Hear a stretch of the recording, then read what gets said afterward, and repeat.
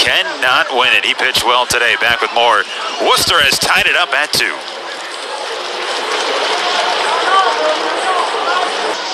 11 innings and a 2.45 ERA will try and come in and keep this game tied for Lehigh Valley. Yeah, it's the 4th time he's appeared in a game against the Woo Sox. He's been really good against this team. He hasn't allowed a hit in 4 scoreless innings against Worcester this year. Gotten up to the big leagues with the Phillies 4 appearances in 2021 and hadn't gone as well. He's given up 4 runs in 3 major league innings. Guy who used to be a starting pitcher. They've decided that his role is best suited to be a middle innings guy these days.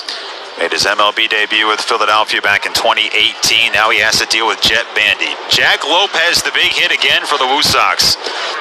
And there's strike 1 from De Los Santos. Strikeout in the last at-bat for Bandy. He's also grounded out. And kind of a heartbreaking work here for Medina, who went his longest this season for Lehigh Valley, 5 2/3. Strike 2 to Bandy, and once again he's down 0-2. That's a pretty filthy pitch. Right at the knees, 96. That was the registration on the stadium rate. Chapman, I guess. Bandy with Lopez on second, and a swing and a miss for strike 3. De Los Santos comes in and closes out the inning, but the Woo Sox tie it up. They get a run on a double and a leave a man. We've got some more defensive changes for the Pigs. Dalton Guthrie, who started this game in center field, is now playing his 3rd different position of this game. He just went from shortstop to left. There he is. So Guthrie, center, short, left. Moniak was the left fielder. 1 and 2. The DH was Ruben Tejada. He is now playing shortstop. That's the 3rd baseman, Listy, in a shift. Listy is one of the rare guys who has not changed positions today for Lehigh.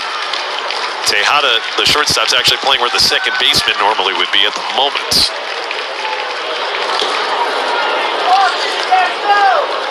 There he is. So he's on the right side of the infield. And that means, since he was the DH, the pitcher spot is in the lineup, which is currently Enyer De Los Santos. It's remarkable. The 2nd time in this series we've seen Lehigh Valley lose the designated hitter and have the pitcher spot come up in the lineup. You can go a whole year and not see that. Deep but out of play for Akami, who is homered and singled today. This is only the 2nd batter of the game for De Los Santos. Want to use today. Beautiful pitch. Outside corner at the knees, Akami rung up. So De Los Santos has punched out each batter that he's faced. Yeah, he's been good. And Josh, you mentioned when he came in last inning, hey, he used to throw 96, 97. Guess what? This is 97 to the black on the outside corner. That is a tough pitch. Akami's got great plate discipline. He knows the strike zone. That's a borderline pitch. It goes in favor of De Los Santos, and I don't think you could have placed it any better. Michael Getty's now 0 for 2. He'll bat. Look who's getting up in the bullpen for the Woo Sox. It's their closer, Caleb Ort, which would lead you to believe that the plan is for Ort to go the 8th and 9th innings today. The last time there was the bullpen game Thursday, that's what he did.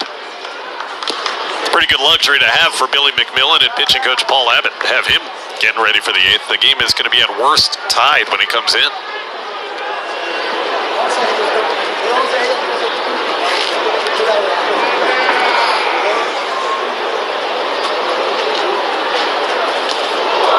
Look out. That was 97 coming right at you.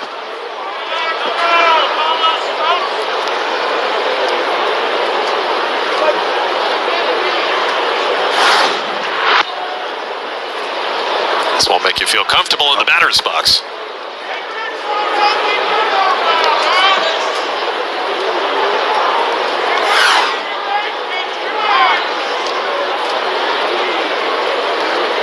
Josh Maurer and Jay Burnham with you here on NESN Plus.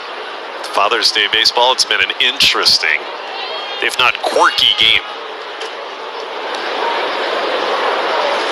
Ball 3. 3 from De Los Santos. You don't want to walk Geddes in front of Duran and Wilson, that's for sure. If you're Enyer, De Los Santos, and the Iron Pigs, last thing that they want to see here is ball 4.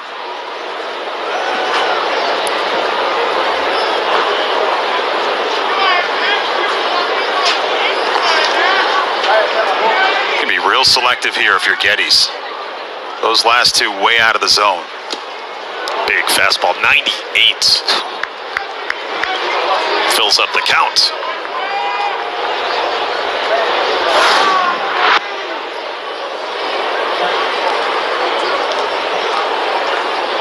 Tough pitch.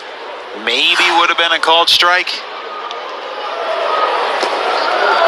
98 again, he struck him out. So he struck out all 3 he has faced. Enyer De Los Santos, 2 out. Yeah, really, you could sit and expect this pitch. If you're Geddes saying, okay, he's just going to throw me the fastball, he does. That was right there, belt high. But it's hard to catch 98. It's been an impressive big arm for the right-hander, De Los Santos. Well, Duran is 0 for 2 with a walk. That walk sandwiched in between a pair of strikeouts against the starter Medina.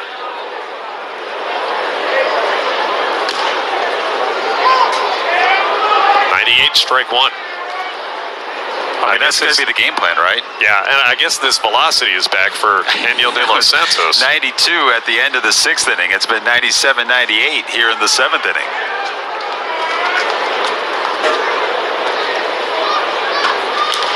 Take a look at this stuff that he's using here in this inning, and you think, how does he have a 9 earned run average in the big leagues this year? But you know what? Those guys are so good. Yeah. They hit you. You got to be so perfect up there. You can't get away with stuff.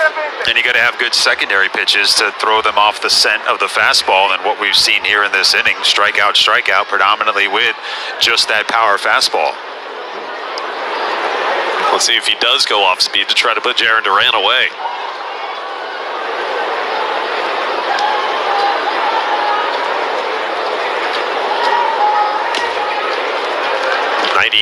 But not enticing enough for Jarren to take a cut at it. If you're going to throw that pitch to Duran, even with 2 strikes, you better leave it up. Got to be high, because he can turn around 98 if it's around the letters or lower. He can turn it around with the best of them.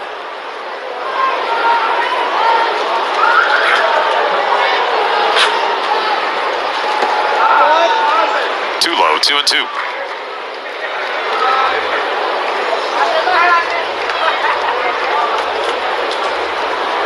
It's the final day of spring. In fact, I looked it up.